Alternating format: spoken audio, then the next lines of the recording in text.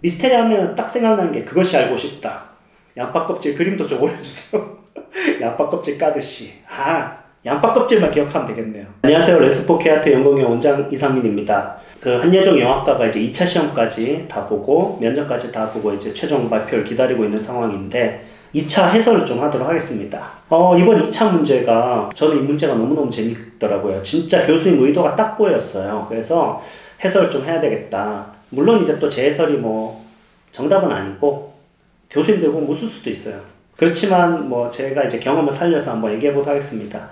자, 우선 문제가 너무 재밌죠? 이 미스테리가 나왔는데 그럼 이 미스테리라고 하는 게 뭐냐?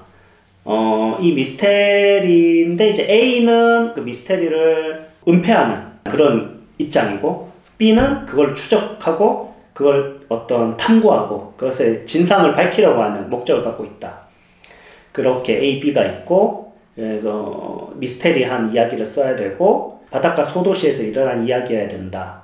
뭐 이 정도가 이제 좀 중요한 그거고 제목 쓰고 그 다음에 2번 문제가 이제 그 중요하다고 생각한 장면 2개의 쇼트를 구성해라 이건데 이건 진짜 딱 너무 재밌죠. 이것도 1차랑 좀 비슷한 그 해설인데 이 2차는 제가 좀 더 명확하게 말씀드릴 수가 있는 게 이게 미스테리라고 하는 거는 스펙트럼이 엄청 넓어요. 여러분 그러니까 한예종은 퍼스펙티브 관점의 문제라니까요. 미스테리 하면 딱 생각나는 게 그것이 알고 싶다. 그럼 그것이 알고 싶다는 뭐야? 바닷가니까 뭐야? 염전노예.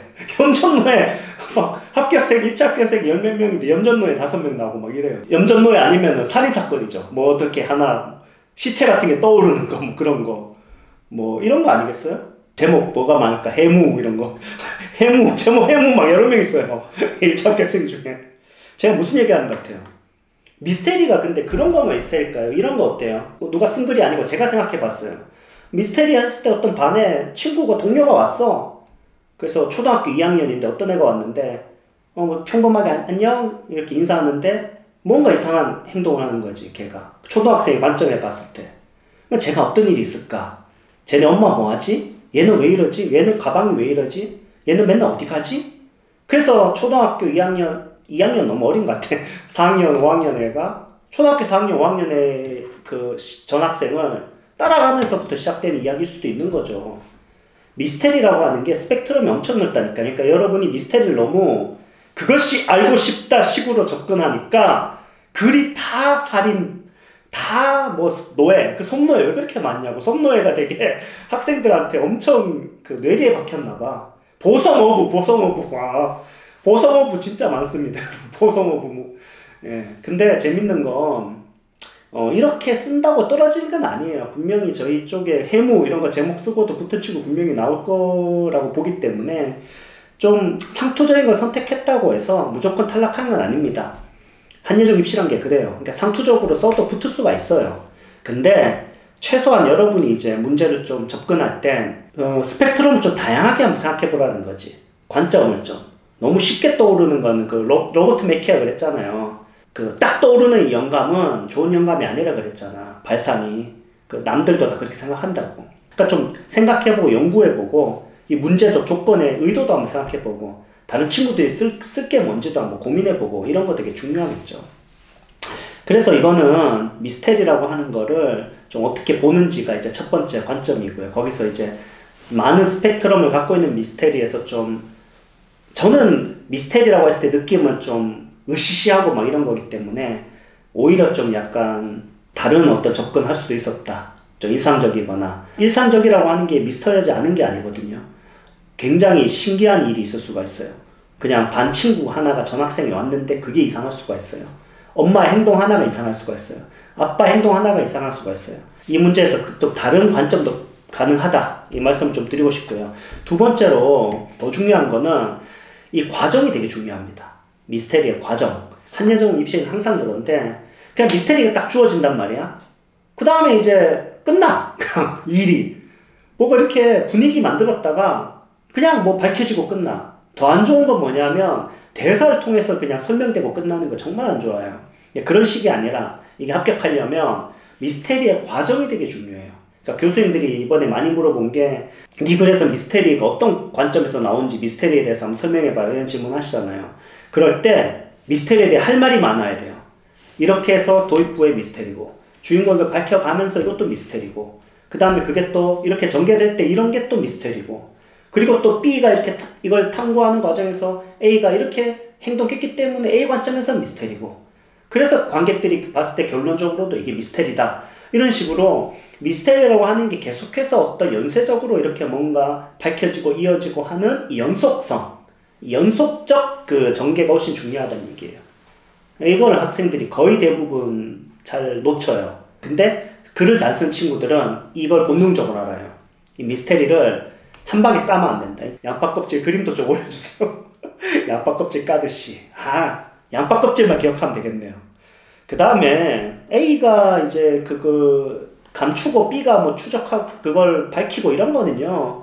그냥 행동이 보이게 쓰면 돼요. 그러니까 무슨 말이냐면은 어떤 A가 그냥 이 사건에 들어가게 되고 이 사건을 알게 되면서 하나씩 그걸 밝혀나가면서 그거에서 주도적으로 행동하게 해야 돼요. 그래서 주인공을 A 혹은 B로 설정했다면 한 명은 주도적으로 이야기를 전개시켜 나가고 그 양파 껍질을 벗겨 나가면서 이렇게 행동 위주로 전개되는 그런 게 좀 필요하죠. 어려운 거 아닙니다.